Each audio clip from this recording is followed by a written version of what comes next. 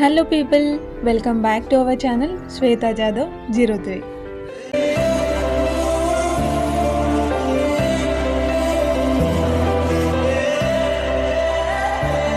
ఛానల్ని first time చూస్తున్నట్టయితే I'm Shweta, I'm a software employee. ఈరోజు వీడియో టాపిక్ ఏంటి అని అంటే సాఫ్ట్వేర్ ఇండస్ట్రీలో నాన్ కోడింగ్ జాబ్స్ ఉంటాయా, ఉంటే క్వాలిఫికేషన్ ఏం కావాలి, డిగ్రీలో బీఎస్సీ, బీకామ్, బీబీఏ, బీటెక్ వాళ్ళకి ఎలాంటి జాబ్ రోల్స్ ఉంటాయి, అండ్ ఫ్రెషర్స్కి ఎంత శాలరీ ఉండొచ్చు అండ్ ఎక్స్పీరియన్స్ వాళ్ళకి ఎంత శాలరీ ఉండొచ్చు అనే టాపిక్ గురించి నాకు తెలిసినంత ఇన్ఫర్మేషన్ని ఈ వీడియోలో మీతో షేర్ చేసుకోబోతున్నా. సో వీడియోని స్కిప్ చేయకుండా ఎండ్ వరకు చూడండి. నాకు తెలిసినంత వరకు అయితే ఈ వీడియో కోడింగ్ అంటే ఇష్టం లేని వాళ్ళకి మంచి హెల్ప్ఫుల్ వీడియో అని అనాలి. ఎందుకంటే నాకు కూడా కోడింగ్ అంటే భయం. సో నేను క్లౌడ్ సైడ్ వర్క్ చేస్తున్నాను, అంటే నాన్ కోడింగ్ సైడ్ అనమాట. సాఫ్ట్వేర్ ఐటీ ఇండస్ట్రీ అనగానే ఏ కోడింగ్ లాంగ్వేజ్ నేర్చుకోవాలి, పైథానా, జావానా, C++ఆ, ఏది నేర్చుకుందామని చాలా ట్రై చేస్తూ ఎంత ట్రై చేసినా ఏదో ఒక టైంలో అసలు నాకు కోడింగ్ రాదేమో, ఎంత ఎఫర్ట్ పెట్టినా కూడా రావట్లేదు.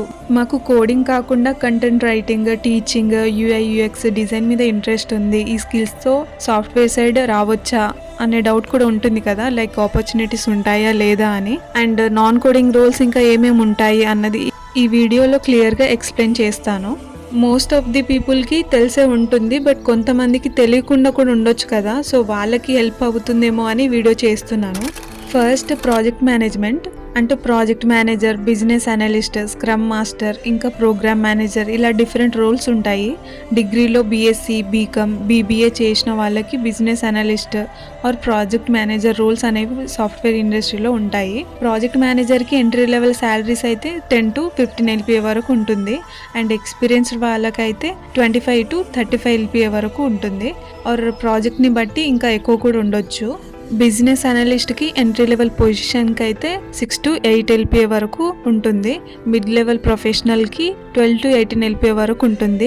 అండ్ సీనియర్ అనలిస్ట్కి ఒక 15 years ఎక్స్పీరియన్స్తో ఉంటే 20 to 25 LPA వరకు ఉంటుంది. ఇంకా స్క్రమ్ మాస్టర్కి qualification bachelor's degree in IT or business ఇంకా రిలేటెడ్ ఫీల్డ్లో కూడా అడుగుతారు. సరే, అంత బాగానే ఉంది, బట్ వీళ్ళ వర్క్ ఏముంటుంది అని అనుకుంటున్నారు కదా.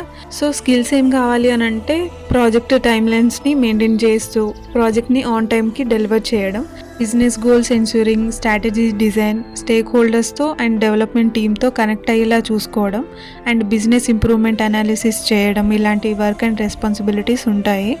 నెక్స్ట్ ఏంటి అని అంటే క్వాలిటీ అష్యూరెన్స్ అండ్ టెస్టింగ్. నార్మల్గా ఐటీలో కోడింగ్ కాకుండా నాన్ కోడింగ్ రోల్ అంటే గుర్తొచ్చేది అందరికీ తెలిసింది టెస్టింగే. సో టెస్టింగ్లో QA tester, test analyst, quality analyst, ఇలా రోల్స్ ఉంటాయి. వీళ్ళ వర్క్ ఏముంటుంది అని అంటే QA టెస్టర్ అయితే బగ్స్ ఇష్యూస్ మీద వర్క్ చేస్తారు అండ్ సిస్టమ్ యూజిబిలిటీ మీద కూడా వర్క్ చేస్తారు. అండ్ టెస్ట్ అనలిస్ట్ అయితే టెస్ట్ కేసెస్ని డిజైన్ అండ్ టెస్ట్ రిజల్ట్స్ మీద వర్క్ చేస్తారు. అండ్ క్వాలిటీ అనలిస్ట్ అయితే ప్రోడక్ట్ క్వాలిటీ అండ్ స్టాండర్డ్స్ మీద వర్క్ చేస్తారు. ఎంట్రీ లెవెల్ శాలరీస్ అయితే 3 to 4 LPA అండ్ ఎక్స్పీరియన్స్ వాళ్ళకైతే 12 to 14 LPA అలా ఉంటుంది.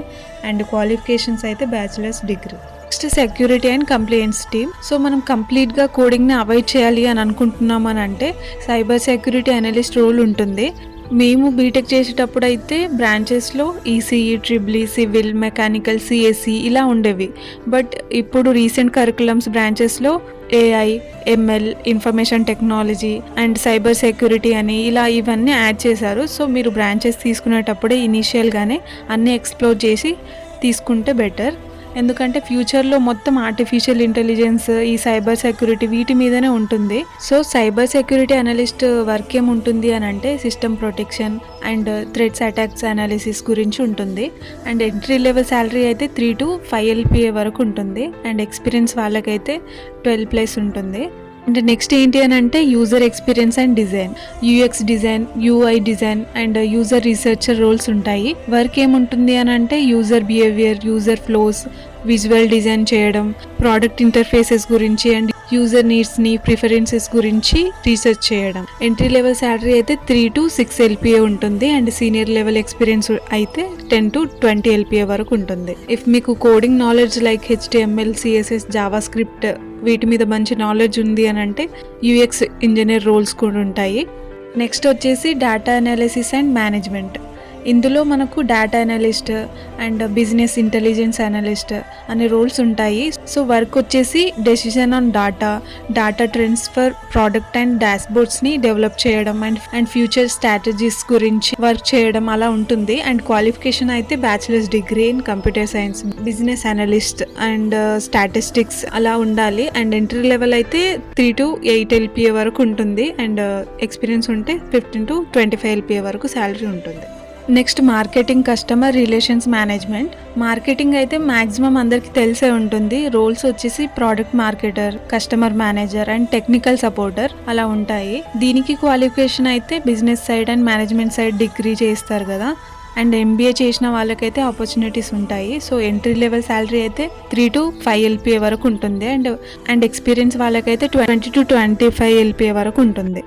And next sales and partnership. ఇందులో రోల్స్ వచ్చేసి pre sales consultant, account manager, partnership manager అలా ఉంటాయి. సో డిగ్రీ చేసిన వాళ్ళకైతే మంచి ఆపర్చునిటీస్ ఉంటాయి. అండ్ శాలరీ కూడా ఎక్కువ ఆఫర్ చేస్తారు ఇందులో. లైక్ ఫ్రెషర్స్కి అయితే 10 to 12 LPA ఉంటుంది. అండ్ ఎక్స్పీరియన్స్ వాళ్ళకైతే 26 to 40 LPA వరకు ఉంటుంది. అండ్ గ్రోత్ కూడా చాలా హై ఉంటుంది ఇందులో. Next content and training team. So సాఫ్ట్వేర్లో కూడా మనకు content writing work and teaching work కూడా ఉంటాయి. బట్ రోల్స్ వచ్చేసి టెక్నికల్ రైటర్ అండ్ ట్రైనీ అలా ఉంటాయి. వర్క్ అయితే ప్రోడక్ట్ మాన్యువల్స్ని క్రియేట్ చేయడము అండ్ డాక్యుమెంటేషన్స్ని రెడీ చేయడము, టూల్స్ గురించి ఫ్రెషర్స్కి టీచ్ చేయడము ఆర్ సాఫ్ట్వేర్ ప్రాసెస్ గురించి టీచ్ చేయడం అలా ఉంటుంది. సో సాఫ్ట్వేర్ సైడ్ అనగానే కోడింగ్ వర్క్ ఒకటే ఉండవు, నాన్ కోడింగ్ సైడ్ కూడా ఉంటుంది. అండ్ ఆల్సో ఇంకా నాన్ కోడింగ్ జాబ్స్ ఏముంటాయి అని అంటే networking, cloud side, SAP side ఇలా చాలా ఆపర్చునిటీస్ ఉంటాయి. మీకు కోడింగ్ అంటే చాలా భయం ఆర్ కోడింగ్ అంటే ఇంట్రెస్ట్ లేదు బట్ సాఫ్ట్వేర్లో జాబ్ చేయాలని ఉంది అని అంటే there are so many opportunities in non coding side also అని చెప్పడమే ఈ వీడియో మోటివ్ అన్నమాట. సో నాకు చాలా కమెంట్స్ కూడా వచ్చాయి, లైక్ డిగ్రీతో సాఫ్ట్వేర్ సైడ్ రావచ్చా, ఏం స్కిల్స్ నేర్చుకోవాలి, and non coding side BTech degree వాళ్ళకి ఆపర్చునిటీస్ ఉంటాయా అని. సో మీ కమెంట్స్ అన్నిటికీ ఈ వీడియో ద్వారా నేను ఆన్సర్ చేశా అని అనుకుంటున్నా. ఇంకా ఏమైనా డౌట్స్ ఉన్నా కూడా మర్చిపోకుండా కమెంట్ చేయండి. అండ్ ఈ వీడియో మీకు ఇన్ఫర్మేటివ్గా, హెల్ప్ఫుల్గా అనిపిస్తే తప్పకుండా ఈ వీడియోకి లైక్ చేసి మీ ఫ్రెండ్స్కి కూడా వీడియోని షేర్ చేయండి. సో దట్ వాళ్ళకు కూడా హెల్ప్ చేసిన వాళ్ళు అవుతారు. అండ్ ఆల్సో ఇలాంటి ఇన్ఫర్మేటివ్ వీడియోస్ కోసం మన ఛానల్ని సబ్స్క్రైబ్ చేసుకోండి. సో వన్ లాస్ట్ థింగ్ నేను చెప్పాలి అనుకుంటుంది ఏంటి అని అంటే గూకేష్ దోమరాజు. ఈ నేమ్ వినే ఉంటారు అనుకుంటున్నా, ఎందుకంటే రీసెంట్గా ఇన్స్టాగ్రామ్లో అండ్ సోషల్ మీడియాలో చాలా వైరల్ అవుతున్న యంగెస్ట్ ఛాంపియన్ కాబట్టి. ఇఫ్ తెలీదు అని అంటే గూగుల్లో గూకేష్ దోమరాజు అని సెర్చ్ చేయండి. ఇతను ఒక చెస్ ప్లేయర్ అండ్ ఇతని ఏజ్ వచ్చేసి జస్ట్ 18 years. జస్ట్ 18 yearsకే వరల్డ్ చెస్ ఛాంపియన్ అయ్యారు. సో ఇది ఎందుకు చెప్తున్నాను అని అంటే అతను జస్ట్ 12 years ఉన్నప్పుడు నేను వరల్డ్ చెస్ ఛాంపియన్ అవ్వాలి అని మేనిఫెస్ట్ చేశారు. ప్రజెంట్ 18 yearsకి అతని మేనిఫెస్టేషన్ని రియల్ చేసుకున్నారు. ఆ గేమ్ విన్ అయి బయటికి వచ్చాక వాళ్ళ నాన్నని హగ్ చేసుకున్న మూమెంట్ ఏదైతే ఉందో అదైతే గూస్ బంప్స్ మూమెంట్. అసలు అతని సక్సెస్ వాళ్ళ ఫ్యామిలీకి ప్రౌడ్ మూమెంట్ అండ్ హ్యూజ్ స్ట్రెంగ్త్ని ఇచ్చిందని అనుకోవాలి. సో ఇదంతా చెప్పడానికి మెయిన్ రీజన్ ఏంటి అని అంటే నా వీడియోస్ చూసే వాళ్ళు మ్యాక్సిమం 18 to 25 ఏజ్ వాళ్ళు ఉన్నారు. సో ఇలాంటి వాళ్ళని ఇన్స్పిరేషన్గా తీసుకోండి.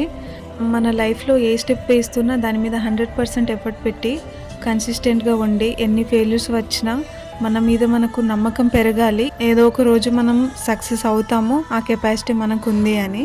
Keep going and let your determination be the light that guides you.